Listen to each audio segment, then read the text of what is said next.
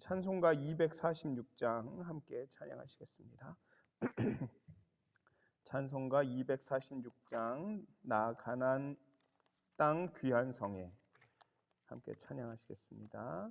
찬송가 246장입니다. 나 가나안 땅 귀한 성에 들어가려고. 찬송가 246장입니다. 나 가나안 땅 귀한 성에 들어가려고 내 무거운 짐 벗어버렸네. 죄 중에 다시 방황할 길 전혀 없으니 저 생명 시냇가에 살겠네. 길이 살겠네. 나 길이 살겠네.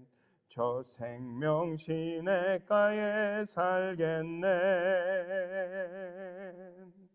길이 살겠네. 나 길이 살겠네. 저 생명 시냇가에 살겠네. 그 불과 구름 기둥으로 인도하시니 나 가는 길이 형통하겠네. 그 요단강을 내가 지금 건넌 후에는 저 생명 시냇가에 살겠네. 길이 살겠네. 나 길이 살겠네. 저 생명 시냇가에 살겠네. 길이 살겠네. 나 길이 살겠네. 저 생명 시냇가에 살겠네. 내 주린 영혼 만나로서 먹여주시니 그 양식 내게 생명 되겠네. 이후로 생명 양식 주와 함께 먹으며 저 생명 시냇가에 살겠네. 길이 살겠네. 나 길이 살겠네. 저 생명 시냇가에 살겠네.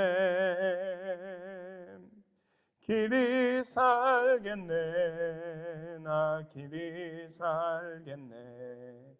저 생명 시냇가에 살겠네. 아멘.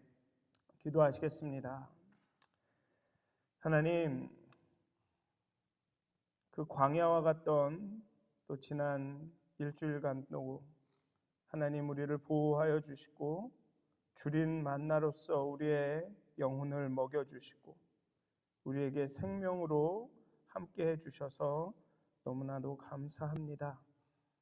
참 우리의 인생이 광야의 길처럼 어렵고 힘들고 지치고 피곤하지만 하나님 우리가 곧 들어갈 그 가나안 땅을 바라보며 우리와 함께 하시는 그 거룩하신 하나님을 의지하며 하나님의 우리에게 주신 그 언약의 말씀, 우리를 떠나지 않고 우리와 함께 하시겠다 하신, 우리를 그 가나안으로 인도하시겠다 하신 그 언약의 말씀을 붙들고 그 광야의 길을 한 걸음 한 걸음 걸어가게 해 주시옵소서.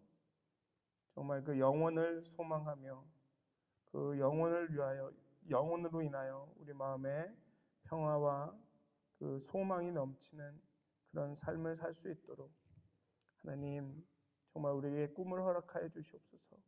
가나안 땅을 향한 꿈, 그 영혼을 향한 꿈을 우리에게 더하여 주시옵소서. 감사합니다. 예수님의 이름으로 기도하였습니다. 아멘. 오늘 함께 나누실 말씀은 요한계시록 19장 11절에서 21절까지의 말씀입니다. 요한계시록 19장 11절에서 21절까지의 말씀입니다. 요한계시록 19장 11절에서 21절까지의 말씀입니다. 제가 봉독하도록 하겠습니다. 요한계시록 19장 11절에서 21절까지의 말씀입니다. 또 내가 하늘이 열린 것을 보니 보라 백마와 그것을 탄 자가 있으니 그 이름은 충신과 진실이라. 그가 공의로 심판하며 싸우더라. 그 눈은 불꽃 같고 그 머리에는 많은 관들이 있고 또 이름 쓴 것 하나가 있으니 자기밖에 아는 자가 없고 또 그가 피 뿌린 옷을 입었는데 그 이름은 하나님의 말씀이라 칭하더라. 하늘에 있는 군대들이 희고 깨끗한 세마포 옷을 입고 백마를 타고 그를 따르더라. 그의 입에서 예리한 검이 나오니 그것으로 만국을 치겠고 친히 그들을 철장으로 다스리며 또 친히 하나님 곧 전능하신 이의 맹렬한 진노의 포도주 틀을 밟겠고 그 옷과 그 다리에 이름을 쓴 것이 있으니 만왕의 왕이요 만주의 주라 하였더라. 또 내가 보니 한 천사가 태양 안에 서서 공중에 나는 모든 새를 향하여 큰 음성으로 외쳐 이르되 와서 하나님의 큰 잔치에 모여 왕들의 살과 장군들의 살과 장사들의 살과 말들과 그것을 탄 자들의 살과 자유인들이나 종들이나 작은 자나 큰 자나 모든 자의 살을 먹으라 하더라. 또 내가 보매 그 짐승과 땅의 임금들과 그들의 군대들이 모여 그 말 탄 자와 그의 군대와 더불어 전쟁을 일으키다가 짐승이 잡히고 그 앞에서 표적을 행하던 거짓 선지자도 함께 잡혔으니 이는 짐승의 표를 받고 그의 우상에게 경배하던 자들을 표적으로 미혹하던 자라. 이 둘이 산채로 유황불 붙는 못에 던져지고 그 나머지는 말탄 자의 입으로부터 나오는 검의 죽음에 모든 새가 그들의 살로 배불리더라. 아멘. 19장 앞부분에서는 이 혼인 잔치에 청함을 받은 자들이 나오고 혼인의 기약이 어린 양의 혼인 기약이 이르렀다라고 하면서 이 어린 양이 신랑으로 묘사가 됩니다. 그리고 아주 그 축가가 펼쳐지고 아주 잔치가 벌어지죠. 그런데 오늘 이 11절 이후의 말씀에서는 어린 양이 신랑이 아니라 백마를 탄 신적 용사로 심판을 수행하는 심판자로 나타납니다. 그리고 하늘 군대, 하나님의 군대도 하늘에 있는 군대들도 흰옷 깨끗한 세마포 옷을 입고 그 어린 양의 뒤를 따릅니다. 어린 양의 진노의 큰 날이 다가왔습니다.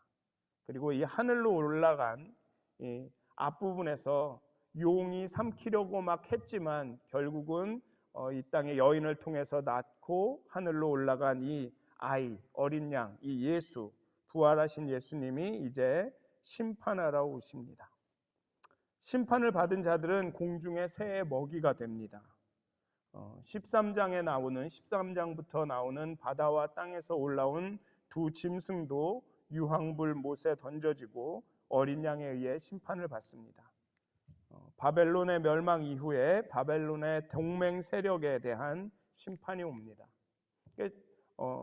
화요일에도 말씀을 드리겠지만 맨 처음에 용이 나오고 그 다음에 짐승이 나오고 그 다음에 음료와 바벨론이 나옵니다. 그런데 심판은 역순으로 일어납니다.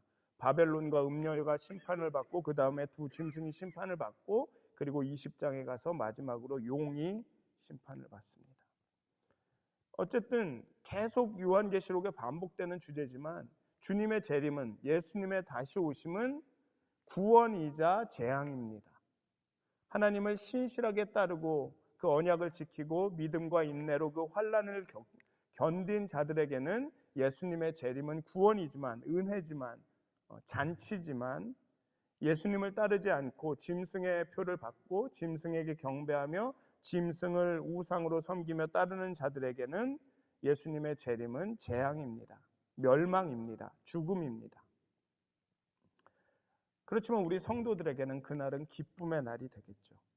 이제 요한은 하늘이 열리고 백마와 백마를 탄 자가 공의로 심판하며 싸우는 모습을 봅니다.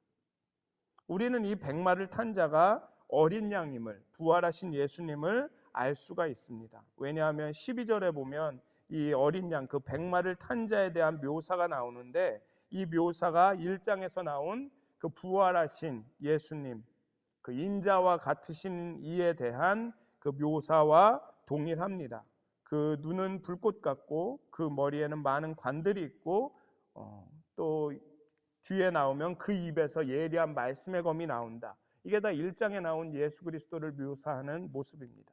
그렇기 때문에 우리는 이 백마를 탄 자가 지금 이 공의로 심판하며 싸우며 심판을 수행하는 자가 어린 양임을 우리는 알 수가 있습니다. 그리고 여기에 나오는 면류관, 여기는 많은 관들이라고 했는데 이 원어에는 면류관으로 되어 있습니다. 이 면류관이라는 얘기는 승리와 통치를 의미하죠. 앞부분에서도 8절, 7절 이런 데서도 계속 언급하는 것처럼 하나님은 왕이십니다.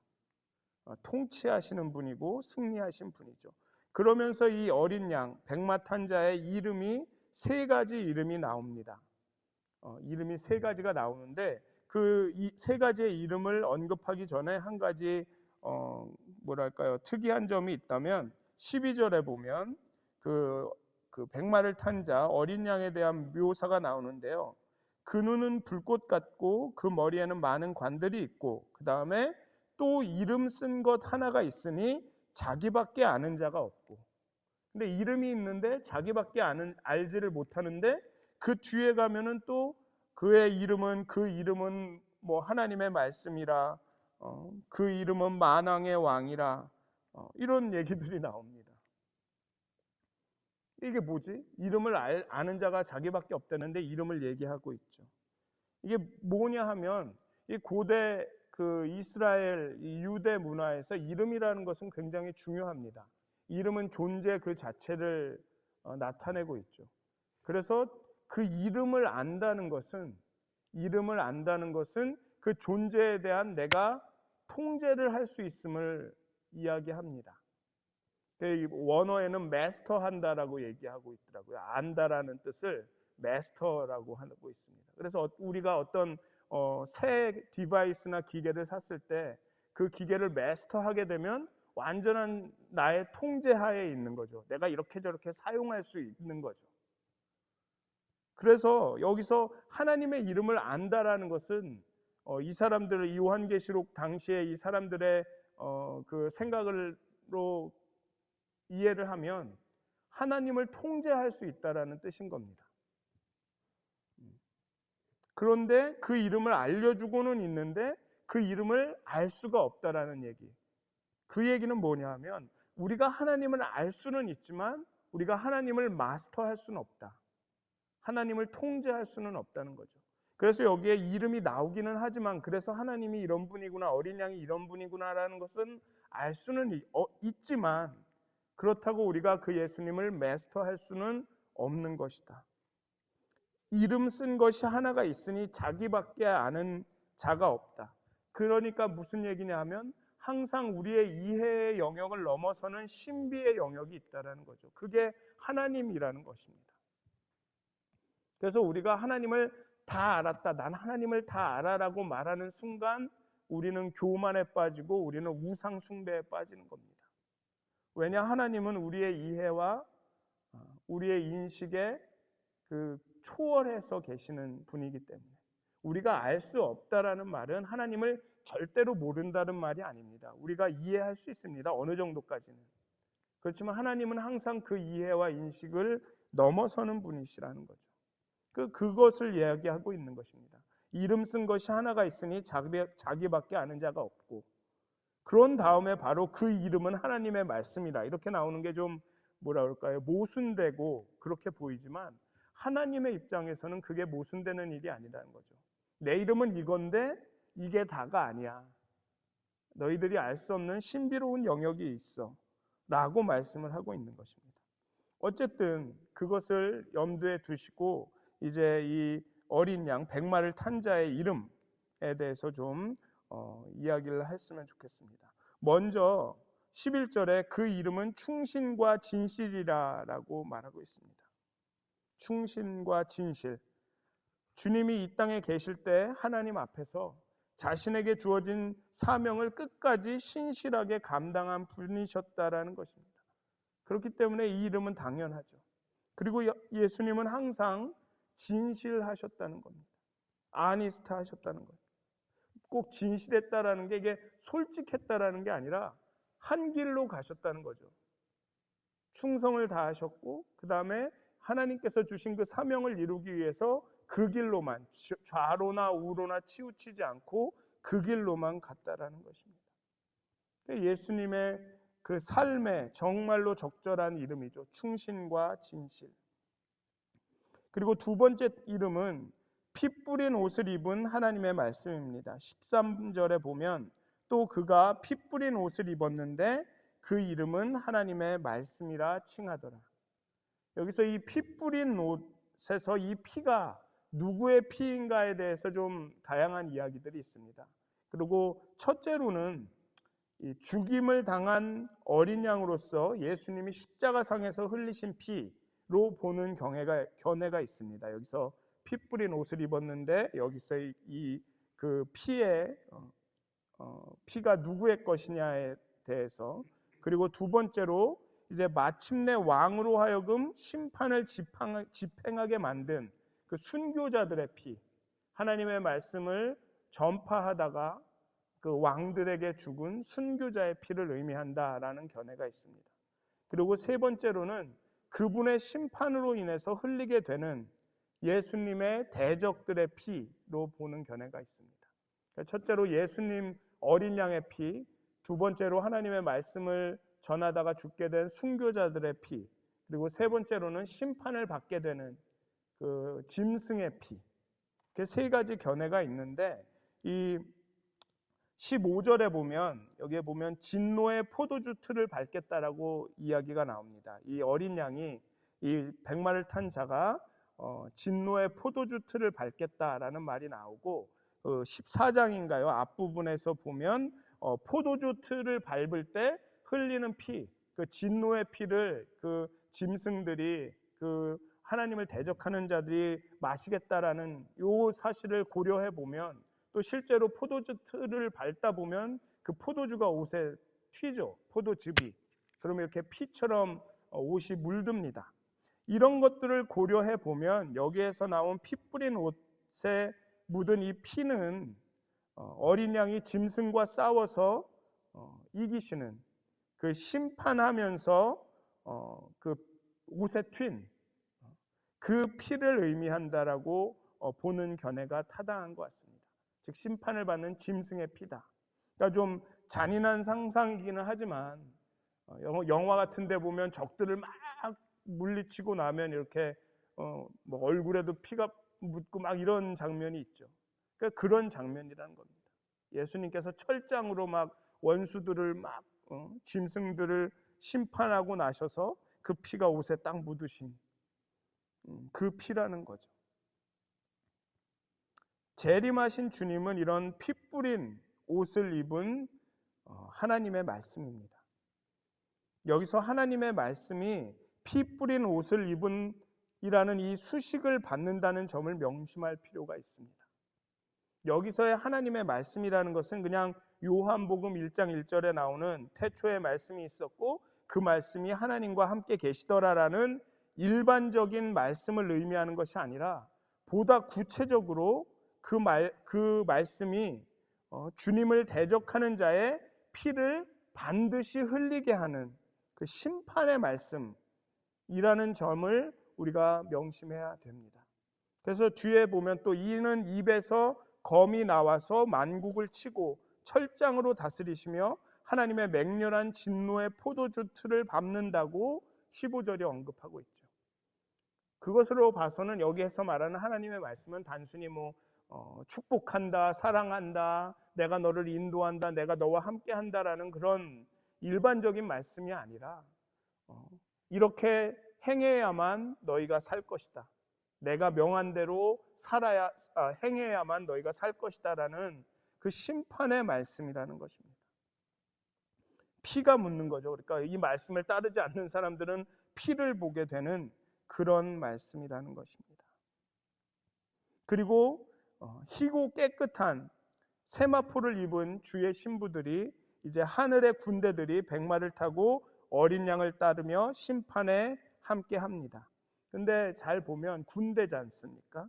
하늘에 있는 군대들인데 이 군대들이 갑옷을 입지 않고 세마포를 입고 있습니다. 군대는 갑옷을 입어야 되죠. 전쟁을 하는데. 창과 칼을 막을 수 있는 아머를 입어야 되는데 세마포를 입고 있습니다. 우리는 영적 전쟁을 하는 데 있어서 어쩌면 공격 무기를 준비해야 된다. 세상에 우리를 유혹하고 우리를 공격하는 세상에 대해서 총과 칼을 들어야 된다. 막 그러면서 세상을 굉장히 공격적으로 막 비난하고 실제적으로는 물리적으로도 그런 것을 가하기도 하는데 오늘의 본문을 보면 하나님의 군대가 준비할 것은 세마포 옷이라는 겁니다. 갑옷을 입고 공격 무기를 준비하는 게 아니라 하나님의 백성으로 거룩하게 살아가는 행실을 준비하면 된다는 거 얘기하는 거죠. 우리를 보호하시고 공격하시고 심판하시는 것은 우리가 아닌 내가 아니라는 겁니다. 그리스도인들이 아니라는 겁니다. 오늘의 본문도 보면 하나님의 군대는 아무것도 안 합니다. 그냥 예수님과 함께 서 있습니다. 세마포 옷을 입고. 심판을 행하고 그 짐승을 죽이는 일은 하나님의 말씀이 하십니다. 근데 가끔은 우리 그리스도인들이 심판자로 나서려고 하는 경우가 있죠. 하나님의 말씀이 심판하고 하나님이 어린 양이 심판하시는데 자꾸만 그리스도인이 교회가 심판하려고 할 때가 있습니다. 총과 칼을 들고 갑옷을 입고 자기가 싸우려고 할 때가 있습니다.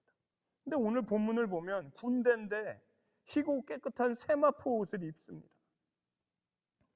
갑옷을 입은 게 아닙니다. 심판하시는 것은 하나님의 말씀입니다. 하나님의 말씀입니다. 그 예수님이 하나님의 말씀이라는 뜻은 무엇이냐면 예수님이 하나님이시기 때문에 하나님이 하시는 말씀이기도 하고 또 예수님의 가르침을 보면 하나님에 대한 말씀이기도 합니다. 그러니까 예수님은 피 뿌린 옷을 입은 하나님의 말씀인 거죠. 하나님의 말씀이 심판하십니다.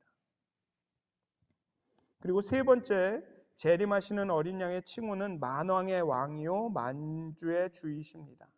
진정한 왕이요 진정한 주인은 세상의 통치자고 음녀 바벨론과 협력하던 그들이 아니라 왕들이 아니라 오직 예수님 한 분이십니다. 이 요한계시록의 전체의 메시지가 그거죠. 심판하시고 다스리시고 통치하시는 분은 예수님이다. 그러니 오직 예수님께만 경배해라. 예수님 앞에 엎드려라. 그런데 예수님 외에 다른 어떤 것에 엎드리고 경배하면 죽는다. 그게 요한계시록의 전체 그냥 간단하게 말씀드리면 그겁니다. 예수님이 왕이다. 하나님이 왕이다. 그러니 왕에게 경배해라. 그 말입니다. 그리고 그 이후에 이제 17절부터 쭉 보면 19장 앞에서는 혼인잔치가 벌어졌는데 이제는 죽음의 잔치가 벌어집니다.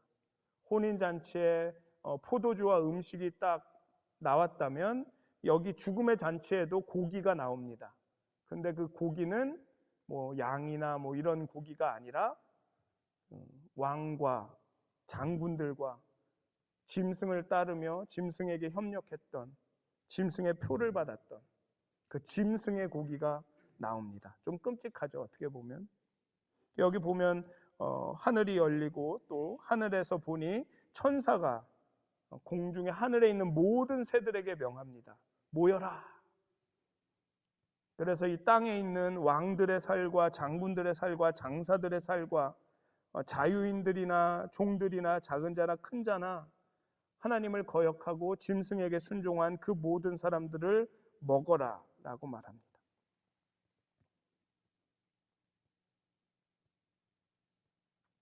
그리고 그렇지만 끝까지 이 짐승들은 저항을 하죠.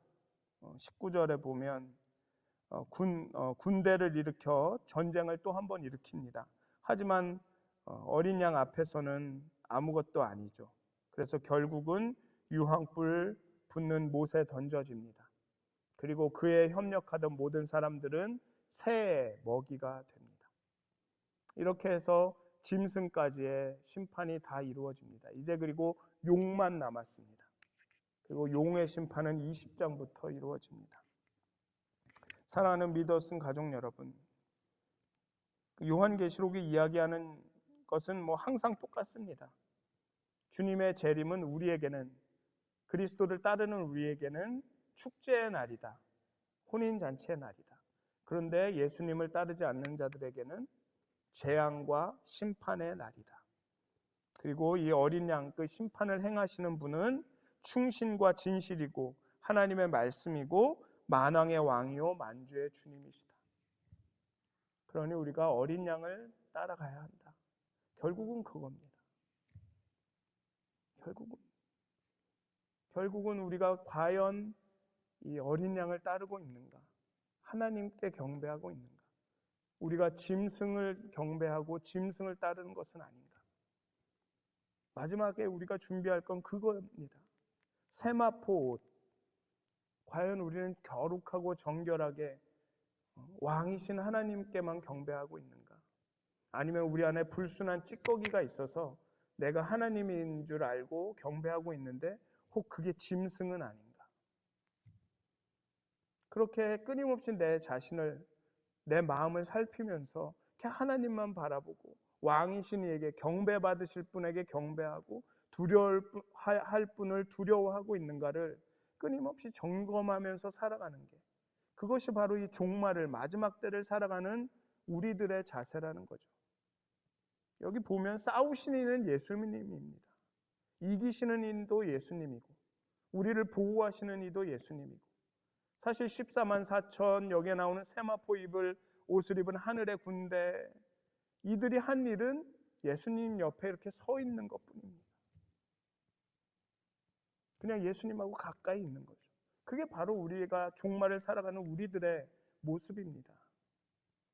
사랑하는 믿었은 가족 여러분, 정말 여러분들의 세마포 옷을 준비하셨으면 좋겠습니다.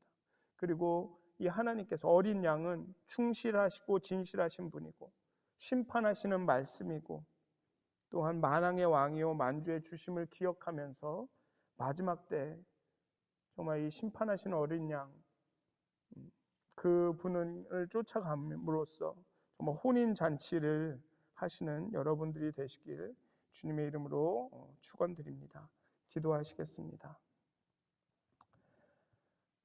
하나님,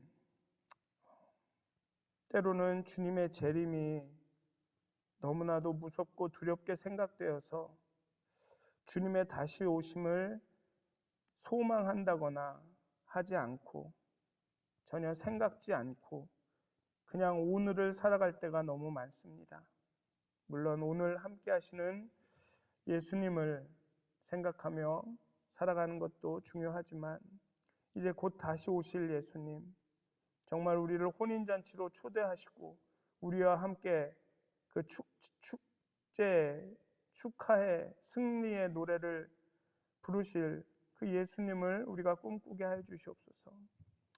내일에 대한, 미래에 대한, 또 영원에 대한 그 소망을 품을 수 있도록, 하나님의 나라에 대한 그 소망을 품을 수 있도록 하나님 우리의 굳어진 마음, 우리의 닫혀진 눈을 열어주시옵소서. 정말 오늘만 바라보는 것이 아니라 이제 장차 미래에서 오실 예수님을 바라보며 그 재림하실 예수님을 소망하며 정말 기쁨 가운데, 소망 가운데 오늘을 견디고 살 수 있도록 하나님 우리에게 종말의 신앙을 더하여 주시고, 정말 우리가 세마포 옷을 준비하는, 예수님을 만나 함께 다스릴 그날을 준비하는 그런 성도들이 되게 해 주시옵소서. 거룩한 행실로 내일을 준비하는 그런 성도들이 될 수 있도록 하나님 우리를 깨우쳐 주시고 우리의 영혼을 깨어나게 해 주시옵소서. 감사합니다. 예수님의 이름으로 기도하였습니다. 아멘. 하늘에 계신 우리 아버지여, 이름이 거룩히 여김을 받으시오며 나라의 마옵시며 뜻이 하늘에서 이루어진 것 같이 땅에서도 이루어지이다. 오늘날 우리에게 일용할 양식을 주옵시고 우리가 우리에게 죄진 자를 사해 준 것 같이 우리의 죄를 사해 주옵시고 우리를 시험에 들게 하지 마옵시고 다만 악에서 구하옵소서. 나라와 권세와 영광이 아버지께 영원히 싸움나이다. 아멘.